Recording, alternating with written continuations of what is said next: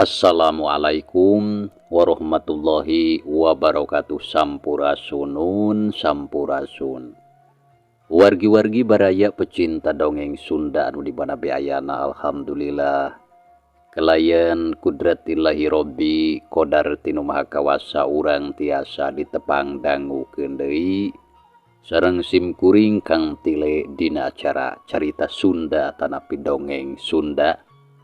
Nyaeta bari senuluykeun hanca carita anu katunda masih dina judul Utari Nagih Pati.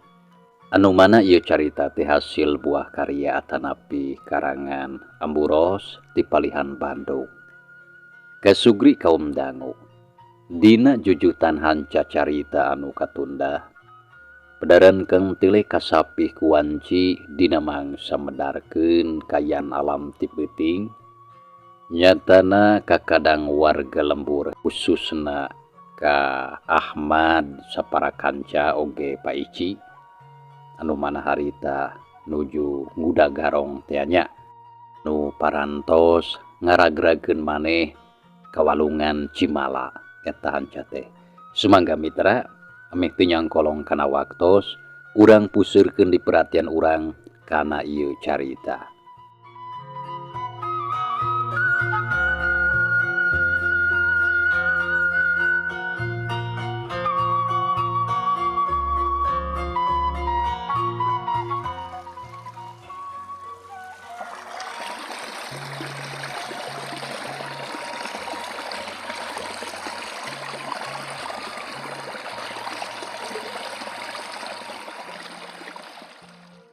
Jang Ahmad, aduh hanjakanya garong teh kalah terus kaluncatan kawalungan. Dasar si bedul sia tah adol teh kalah nyapekeun batur. Ceuk Pak Ici kukulu tuh sarua ngarasahan jelu da puguh garongna teu beunang. Aduh leres Pak Ici, puguh oge matakan deueul kedah kumaha ritos kieu. Nah bade diantep bae kitu atanapi kumaha. Ceuk Ahmad tumanya bari melong ka Pak Ici anu keur molohok bari ngahegak. Yeuh kieu we atuh. Ari ceuk pamikir bapak mah eta garong anu geus laluncatan kawalungan teh ulah diantep. Bening oge hayu ayeuna mah urang teangan papai ku sararea nepi ka hilir. Nya susuganan bae atuh masih keneh bisa kasusul. Tah kumaha lamun kitu? Nya hayu atuh kitu oge satuju abdi mah. Sarengna deui sugan maranehna teh bisa kaudag. Sabab abdi teh ngarasa penasaran hayang bisa nyereka eta garong. Samalah lamun teu salah nitenan, dua garong anu tadi gelut sareng abdi teh beut kawas dua garong anu ti payun ngagarong ka bumina Abah Dayat. Ramana Kang Usman teh geuning. Margi apal keneh kana tangtunganna sareng gerakan jurus-jurusna. Sigana moal salah eta garongna. Ahmad ngajelaskeun ngeunaan dua garong anu tadi gelut jeung manehna. Samalah mah beut jadi inget deui kana kajadian anu ti heula geus kaliwat. Basa tarung jeung dua garong anu harita teh ngaranjah imah Badayat bapana Usman. Nya lamun kitu mah moal salah Jang Ahmad. Jigana memang garongna teh eta keneh. Tapi peuting ieu mah maranehna daratangna tiluan. Tah kulantaran kitu hayu atuh ayeuna mah urang tareangan ku sararea nepi ka beunang. Sabab lamun lolos deui mah sok bisi isuk pagetok maranehna daratang deui ngagarong ka lemur urang. Nya hayu atuh satuju kuring oge. Sok saha nu rek mari lungudag. Ceuk Oman milu nimbrung bari ngareret kanu sakur araya di dinya. Hayulah kuring rek milu. Sabab gemes tadi teh can seueuh nyamok. Odang nyaritana katara bangun anu gemes pisan. Nya tapi lamun ceuk kuring mah maneh mah odang ulah milu. Nah make jeung ulah milu. Da kuring oge sanggup keneh atuh pikeun gelut ngalawan garong telu siki mah. Nya eta oge geus pasti ari sanggup mah. Tapi anu hade mah mending oge jajapkeun Den Darma. Kawal ku maneh nepi ka imah. Ceuk Ahmad bari ngareret ka Darma anu keur nangtung bari nangkeup puntelan. Oh nya hade atuh kitu oge. Sok atuh ka ditu ari rek ngarudag garong mah. Buru geura ari nit bisi kaburu jarauh manten. Hayu atuh Pak Ici. Urang udah garong teh ku sararea. Nya hayu, hayulah burukeun. Nya geus kitu mah bring Ahmad Oman jeung Pak Ici dibarengan ku urang lembur anu sejena terus arindit kagancangan rek naryangan bangsat ka sisi walungan. Nya susuganan bae bisa kapanggih. Ari Dharma harita mulang ka imahna dibarengan ku odang jeung dua urang baturna. Da puguh hariwang ari balik sorangan mah sabab mawa buntelan anu dieusi ku duit jeung perhiasan anu meunang ngarebut deui ti tilu garong anu tadi daratang ngaranjah ka imahna. Kasugri kaum dangu. Kocapkeun Ahmad jeung Pak Ici anu harita keur lalempang ngageredig rurusuhan. Sareta terus lalumpatan rek ngajugjug ka sisi walungan. Sok sanajan kayan alam teh geus liwat di tengah peuting, tapi sararea katempo masih keneh jaragjag jeung sarumanget. Kabeneran harita teh keur caang bulan jadi teu mata kararese teuing dina lumampah. Sarta teu kacatur di jalana, sararea geus aranjog ka sisi walungan. Anu tempatna lempar teu hara-haraeun kawas di tempat anu tadi. Nya geus kitu mah prak bae sararea naryangan garong mapai-mapai sisi walungan. Sawareh aya anu kagirang, sawareh deui aya anu kahilir. Kana rungkun ditempoan, kana tukangeun batu ditingalian. Kanu paroek oge dicaraangan. Obor pating kelebur senter pating barasat, pokona mah ampir kasakuliah tempat kabeh diguliksek. Da puguh panasaran hayang bisa manggih bangsatna. Tapi orokaya. Sanajan geus dipapai ka unggal tempat oge, tilu bangsat teh uleh teu kapanggih.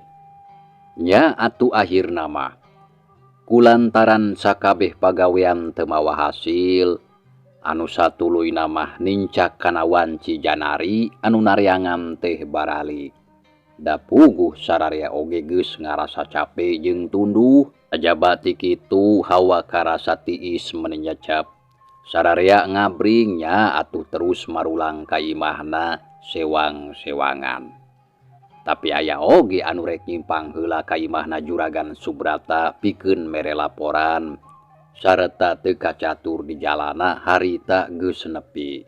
Kasampak ti dinya geus loba jalma anu keur ngariung bari ngarobrol. Nya barang nempo Ahmad, Pak Ici jeung Oman daratang sararea bunga anu saterusna milu ngariung jeung anu araya di dinya. Ahmad, Pak Ici, kitu deui Jang Oman syukur geuning geus daratang. Tapi kumaha nyangan garong teh nah kapanggih raratanana? Pak RT miheula nanya kawasan geus teu sabar. Aduh, puguh oge teu hasil, Pak RT. Garong teh teu kapanggih. Padahal ampir ka unggal tempat geus dipapai. Tapi da keukeuh eueuh. Kawasna mah tuluy we meureun maranehna teh palit kahilir ka bawah ku cai. Aduh, hanjakal atunya Pak Ici. Garong teh lolos sarta teu kanyahoan saha-sahanya. Mata kandeueuh jeung mata kariwang. Nya puguh kitu kuring oge handeueul ieu teh. Tapi nya dalah di kumaha atuh. Da diusahakeun mah ku sararea oge anggeus sakuat tanaga. Anu kawilang bisa mah dijalankeun. Tapi sakitu oge masih aya milik sabab buntelan anu dibarawa ku maranehna geus bisa karebut deui. Bareng jeung kitu, torojol Bi Acih dibarengan ku saurang awewe tatanggana datang nyampeurkeun bari nanggeui baki anu dieusi ku cai kopi anu ngarebul keneh. Sor diasongkeun kanu ngariung samalah sakalian jeung lalawuhna. Pak Ici, Pak RT, Jang Ahmad. Sareng kasadayana anu ayeuna araya di dieu sok kadinya mangga ngalaleut heula.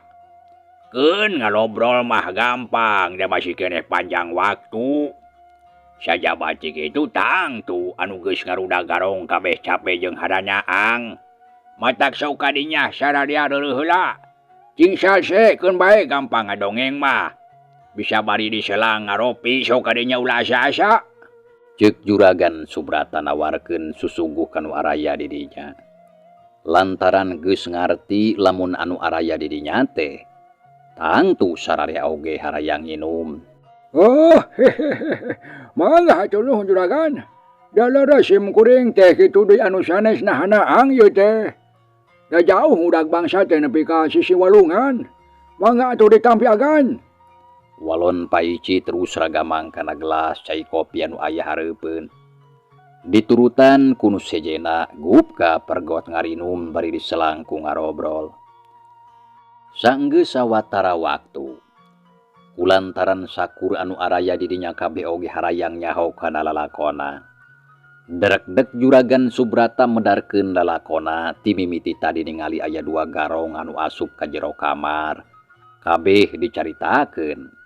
Satuluyna disambung nyaritakeun deui lalakon Darma jeung Ahmad, odang katut oman, kitu deui Paici sakabehna dipedar eueuh anu kaliwat kalawan rinci tur jelas.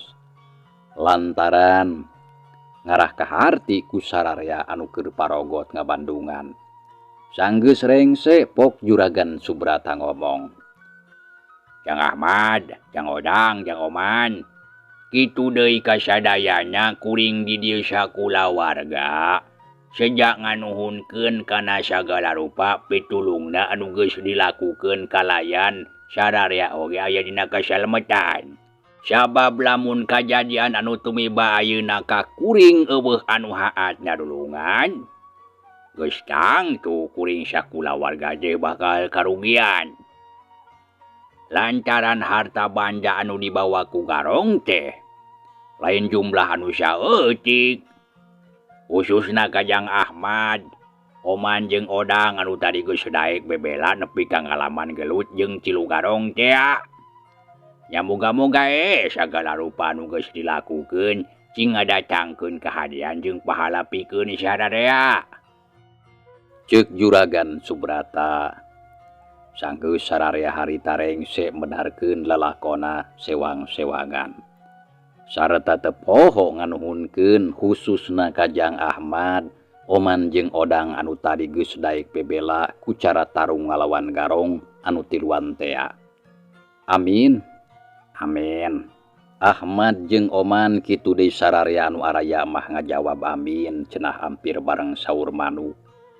Sakabeh ngarasa bungah jeung lugina. Sanajan garongna teu katewak oge, lantaran harta banda Juragan Subrata bisa kapimilik deui.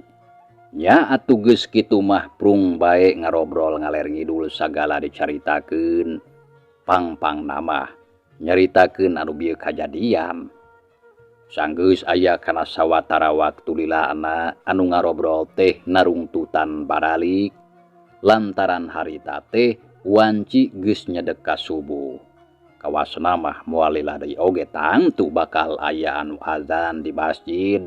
Sabab hayam jago oge geus kadenge reang kongkorongo.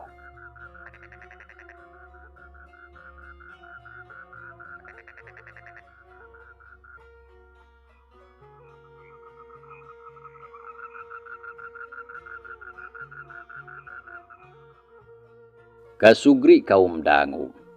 Cag urang tinggalkeun heula kayaan di imah Juragan Subrata kitu deui anu sejena urang teunden sakedeung.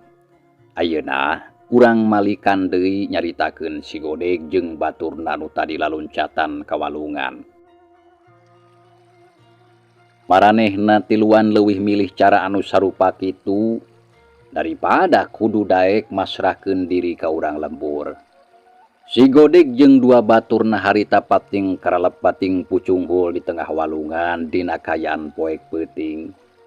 Sakapeung sok bade roroesan, leungeunna uyup ayap neangan pamuntangan ka sisi jeung ka gigir, malah teu saeutik cai walungan teh loba anu kainum. Tiluanna harita terus angkleung-angkleungan palid ka hilir nuturkeun majuna cai. Tapi masih keneh kawilang untung sakitu mah. Lantaran tiluana oge kawilang barisa ngojay. Dapuguh ti leuleutik cicing di pilemburan jadi sok mindeng ngarojay di wahangan. Saenggeus kawilang lila kabawa palid leungeun si Godeg harita rumpu rampa, terus segap kana batu anu rada gede jeung kabeneran lempar. Nya terus bae satekah polah naek sanajan sukuna karasa leuleus, awak ngagibrig huntu norok tau kabulusan. Tapi manehna usaha sakuat tanaga hanjat berijeng kusah koseh.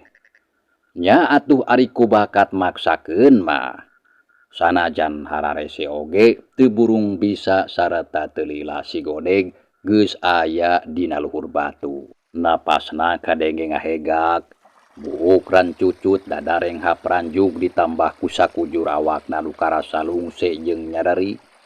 Da puguh tadi geus kelut saja batik itu basa kabawa palid mindeng pisan tidak ada lagor kana batu. Jadi teu matak heran lamun awakna karasa ripuh. Aduh, aduh, ampun, Tiris, aduh, aduh. Si Godeg ngomong sorangan bari ngagibrikeun cai anu aya dina buukna. Samalah bari terus ngalaan taregosna anu buni nutupan beungeut. Aduh, kemana hari si Goji jeung si Darja tuh katingali. Boha maranena terus palid ke bawah ku cai kahilir. Boh kudu kumaha tuari geus kieu. Matak bingung. Nasib nganubuk di apes we hirup teh. Si Godeg gegerendengan sorangan pariluak liuk neangan baturna. Tapi hanjakal teu pati awas da puguh kayan di walungan teh poek ukur remeng-remeng.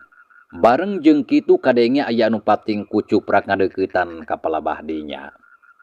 Si Godeg mencrong kana cai walungan teu srikna matana dibolototkeun. Kojin, Darja, si Laing di mana? Ceuk si Godeg ngageruan ka baturna susuganan kadengeun. Ieu dewek mah, ari si Laing di mana euy? Harita kadenge aya anu ngawalon tapi sorana rada lep-lepan sabab kasilep ku sora cai walungan anu seah ngaguruh mata keueung.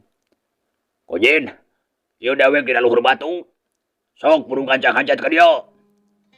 Si Godeg ngagero deui ka si Gojin anu geus beuki ngadeuketan. Kituna teh bari jeung nyodorkeun leungeunna kana cai. Teu lila lar si Gojin ngaliwat ka palebah batu anu dicicingan ku si Godeg. Gancang leungeunna dirawel terus ditarik sangkan hanjat kalacat si Gojin naek. Teu lila lar Darja ngaliwat leungeunna roroesan. Karawak bajuna katewak ku si Godeg tuluy dibedol sina hanjat ka luhur. Nya akhirna mah duanana geus aya di luhureun batu. Nya terus ngajoprak bari ngahegak. Aduh.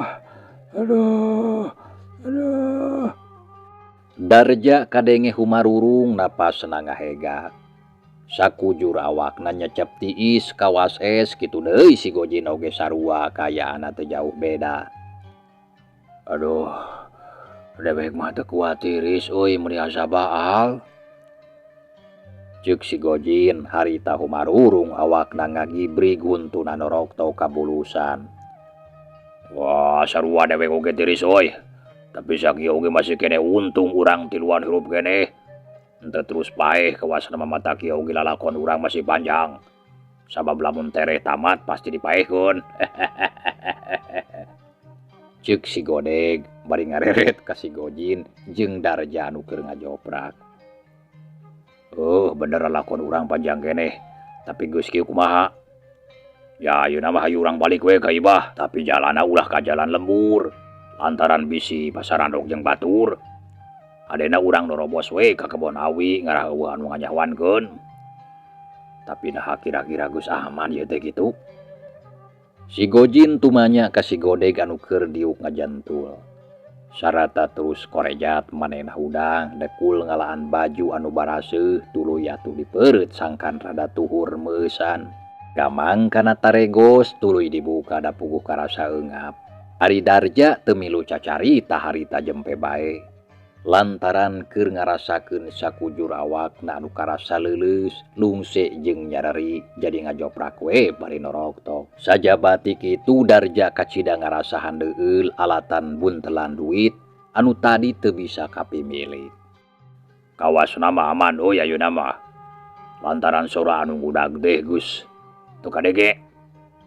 Sigana urang lembur geus baralik. Lamun kitu hayu atuh urang oge ayeuna urang balik teu kuat tiris. Ya hayu dewek oge geus teu kuat ari kudu terus cicing di dieu mah. Tiris jeung ieu awak meni ripuh nyadari jeung paruri. Sarua aing oge ripuh euy. Tapi hayu urang masakeun we lah. Darja, kumari si laing naha kuat atawa henteu lamun ayeuna urang geureueuh balik ka imah? Si Godeg tumanya ka Darja anu keur ngajoprak bari umarurung. Aduh, alah, jika dewek mah moal kuat lempang euy. Lantaran sakujur awak lungse jeung nyeri, katambah lapar jeung tiris ieu teh. Darja ngawalon lalaunan bari ngareret ka si Godeg anu cingogo gigireun. Aduh, kumaha tuh? Namanya ari urang kudu ngajentul bae di dieu bah. Jeung deui bisi kaburu beurang ieu teh. Sok Darja hudang we lah, maksakeun ayu buru urang kudu gancang indit di dieu. Si Godeg ngajak indit lantaran hayang buru-buru balik. Da puguh geus teu kuat tiris jeung deui sok inggis aya anu nganyahwankeun ka maranehna. Da malum atuh mitra. Ari anu boga lampah goreng mah sok teu weleh ngarasa loba kahariwang. Nya Darja hayu hudang euy. Bisi kaburu beurang. Sok gancang. Lamun teu hudang ku dewek ditinggalkeun geura. Jeung deui sok buka we ayeuna mah taregos teh. Tong dipapake wae. Tembal si Gojin sarua harita nita hudang ka Darja. Ngadenge kitu mah daek teu daek Darja nurut sanajan awakna karasa ripu oge terus muniang cengkat lalaunan. Bari ngalaan taregosna balawer dibalangkeun kana cai tuluy ngaleng leong palin. Ayo buruah, urang balik ayeuna mah. Ceuk si Godeg terus jung nangtung sarata juru turun tina luhur batu. Diturutan ku nu duaan. Tiluana aran curub kana cai terus laleumpang lalaunan muru ka sisi kituna teh bari silih puntangan da pugu bisi labu. Teu lila antarana geus narepi ka sisi. Nya tuluy laleumpang deui rek ngajugjug balik ka imahna. Tapi teu ngagunakeun jalan anu sok biasa diliwatan ku urang lembur. Maranehna ngahaja jalan teh norobos ka kebon awi anu paroek jeung baruni. Da puguh ngarah eueuh anu ningali. Gancangna carita mitra. Tiluana geus aranjog kaburuan imah si Godeg. Kayaan didinya katempo meuni paroek da puguh teu nyeuneut lampu ari sabab mairoh anu jadi indungna harita keur eueuh di imah. Lantaran keur ngendong di imah anakna anu awewe. Nya terus si Godeg leungeunna uyup ayap kana luhureun panto nyokot kunci anu geus biasa sok ditunda di dinya. Nya teu lila oge geus kapanggih kolotrak kreket bray muka panto. Satuluyna mah tiluana arasup ka jero gancang nyeunggeut cempor. Bray kaayaan teh caang brug panto ditutupkeun deui sakalian ditulakan. Aduh, ayeuna mah urang teh nepi oge geuning ka imah. Cing Godeg dewek nginjem baju euy keur salin teu kuat tiris. Ceuk Darja bari baragadal ngalaan papakean anu baraseuh. Jinggue lah baju maneangan di kamar sorangan. Kedewek rek ka dapur heula nyarek nahur cai ngarah teu tiris teuing. Si Godeg ngomong kituna teh bari ngaleos ka dapur rek mirun seuneu. Ari Darja jeung si Gojin sup duanana ka jero kamar terus kakarata kana lomari. Papakean anu katempona geus butut nya terus duanana disalin baju kuno garing. Ari baju anu baraseuhna dibarawa ka dapur. Bus kana ember nya sanggeus kitu mah terus arasup deui ka tengah imah. Gek dariuk dina samak bari ngaharuleng. Sanggeus sawatara waktu torojol si Godeg nyampeurkeun bari mawa cai kopi 3 gelas. Diwadahan kana baki sok ditunda dihareupeun baturna. Ari manehna mah nyelang disalin heula baju di kamar. Teu lila tiluana geus ngariung deui di tengah imah bari pating raregot kana cai kopi anu katempo ngebul keneh. Sagedapan mah eueuh anu cacarita. Kayaan restuning sepi jempling anu kadenge teh lintang ti sora jangkrik jeung cari cangkas. Anu reang disarada di pipir imah. Ditema ku sora bueuk dina tangkal nangka. Darja, kudu kumari geus kieu geuning pagawean urang teh gatot alias gagal total. Aduh, jadi bingung dewek bah. Si Godeg ngomong ka Darja nu keur diuk nyarande bari ngalepus udud. Pagawean urang teh gagal euy. gara-gara nama manusia anu tadi ngarudag ka urang. Tapi sahanya maranehna teh. Ceuk Darja ngawalon kitu teh terus ngahuleng bangun anu keur mikir. Lantaran inget deui kana kajadian anu tadi kaalaman ku maranehna tiluan. Lamun ceuk dewek mah anu tadi ngarudag ka urang teh moal salah eta teh ronda. Tapi ari anu gelut jeung si Laing mah geus pasti eta teh tangtu si Darma lanceuk made sorangan. Piraku si Laing teu apal. Tembal si Godeg beri melong ka Darja. Ari ka si Darma mah dewek oge apal. Malah lamun teu kaburu datang baturna mah rek sakalian we dipodaran. Ngan hanjakal si Bedul teh kaburu ditulungan ku baladna. Tah eta nu jadi pikiran dewek teh saha maranehna teh nya. Lantaran teu pati sidik kana beungeutna. Darja ngawalon barigap kana cai kopi terus regot diinum. Kojin, si Laing apal henteu ka jalma nu tiluan tadi. Si Godeg tumanya ka si Gojin anu tadi ngabatem bae. Malah kawasna mah keur nundutan manehna teh da puguh geus tunduh jadi ditanya teh teu ngawalon. Kojin, potong wakahe satu sia maneh teh. Si Godeg ngomong deui bari rada molotot. Aduh, cing montok soko gorobokan atuh si Laing teh Godeg. Oh, da bongan atuh si Laing mah diajak ngomong teh jempe bae. Aduh, kon bae atuh isuk deui ulah ngobrol mah. Lantaran ayeuna mah dewek teh tuduh jeung capek. Tapi lamun si Laing rek ngarobrol mah pek bae lah kadinya cing aranteng duaan. Ceuk si Gojin terus ngagoler dina samak. Awakna disimbut ku samping sarung geus teu malire ka baturna da puguh teu kuat ku tunduh jeung capek. Teu lila reup sare. Beuknya eta mah si Gojin kalah hees diajak ngobrol teh. Ceuk si Godeg bari melong ka si Gojin anu keur sare meuni ngarengkol. Nyakeun bae atuh antep cenah sare lah. Kawasna mah geus teu kuateun ku tunduh meureun mata kitu oge.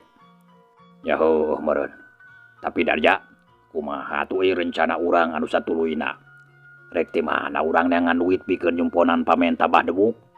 Apa urang teh nganukur boga waktu saminggu lain? Si Godeg nanyakeun rancana anu saterusna.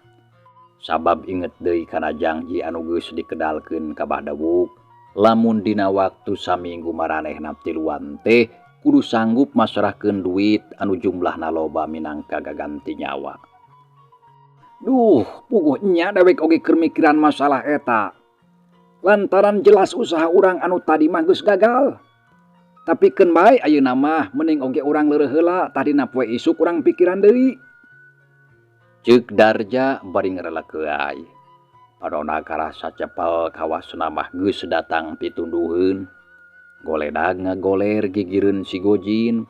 Panona kucap kiceup sarta melong kana lalangit ningalikeun cak-cak anu keur silih udag jeung baturna. Jaho gatukeun disukan we lah urusan eta mah urang ngobrolkeun deui nya. Lamun urang geus leureum sarta awak urang geus jagjag cara sasari. Ceuk si Godeg jung nangtung terus kojengkang ngasup ka kamarna. Goloyoh kana kasur ngareureukeun awakna nu karasa lungse jeung nyarari. Anu satuluyna sare tibra. Sedengkeun Darja sanajan tunduh oge manehna macan bisa reup sare. Kalah anteng ngalamun lantaran loba anu keur dipikiran. Sarta loba anu mata kariwang. Tekung silila dur kadenge sora bedug ditakol dituturkeun ku haleuangna sora anu azan. Teu karasa wanci teh geus bedug subuh. Ngadenge kitu jung Darja cengkat tapi lain rek salat. Cengkat soteh manehna marek pindah ka kamar. Nuturkeun si Godeg da puguh sare di luar mah teu bisa reup. Lantaran hawa subuh teh karasa tiis menyecep. Anu saterusna reup sare tibra ngagoler gigireun si Godeg anu geus kerek. Kasugri kaum dangu kocapkeun isukna. Di lembur Cibodas harita geus guyur deui bae. Jalma-jalma loba anu ngadon ngarariung bari recok ngarobrol nyaritakeun kajadian peuting tadi ngeunaan kulawarga Juragan Subrata anu imahna kagarongan. Tapi masih keneh bisa katulungan ku alatan jasa ronda anu tiluan.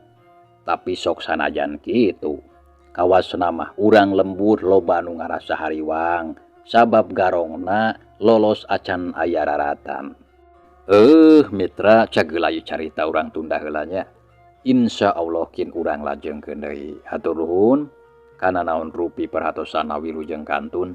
Wassalamualaikum warahmatullahi wabarakatuh.